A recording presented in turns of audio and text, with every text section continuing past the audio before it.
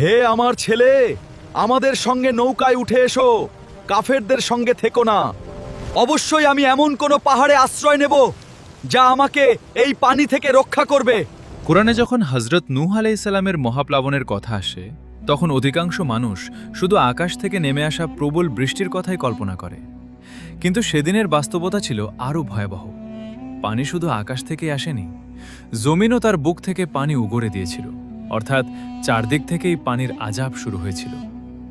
সেই ভয়াবহ মুহূর্তে হযরত নূহ আলাইহিসসালামকে নির্দেশ দেওয়া হলো, এবার নৌকায় আরোহণ করো।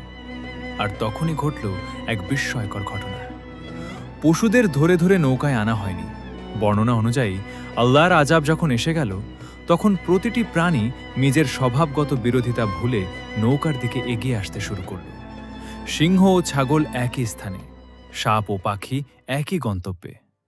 না ছিল শিকারের ভয়, না ছিল একে অপরের প্রতি আতঙ্ক, কারণ আল্লাহ তখন তাদের স্বভাবকে যেন বেঁধে দিয়েছিলেন।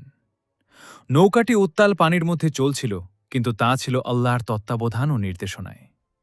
সেই সময় হযরত নূহ আলাইহিসসালাম দূরে থাকা তার ছেলেকে ডাকলেন, হে আমার ছেলে, আমাদের সঙ্গে নৌকায় উঠে এসো এবং কাফেরদের সঙ্গে থেকো না। হে আমার ছেলে, আমাদের সঙ্গে নৌকায় উঠে এসো, কাফেরদের সঙ্গে থেকো না। কিন্তু সে অহংকার করে বলল, আমি এমন কোনো পাহাড়ে আশ্রয় নেব যা আমাকে এই পানি থেকে রক্ষা করবে।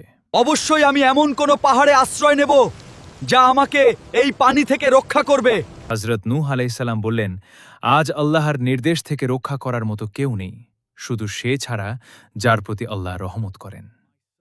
এরপর মুহূর্তের মধ্যেই পিতা ও পুত্রের মাঝখানে একটি বিশাল ঢেউ এসে আছড়ে পড়ল, আর সেই ঢেউ তাকে ভাসিয়ে নিয়ে গেল। এভাবেই পিতা তার অবাধ্য পুত্রকে হারালেন।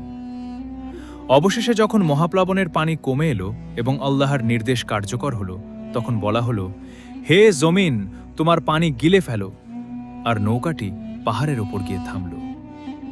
এই ঘটনা পৃথিবীর মানুষকে চিরদিনের জন্য মনে করিয়ে দিল, আল্লাহর নির্দেশ যখন এসে যায়, তখন কোনো পাহাড় রক্ষা করতে পারে না, কোনো শক্তি আশ্রয় দিতে পারে না। রক্ষা পাওয়ার একমাত্র পথ হল আল্লাহর আনুগত্য ও তার রহমত।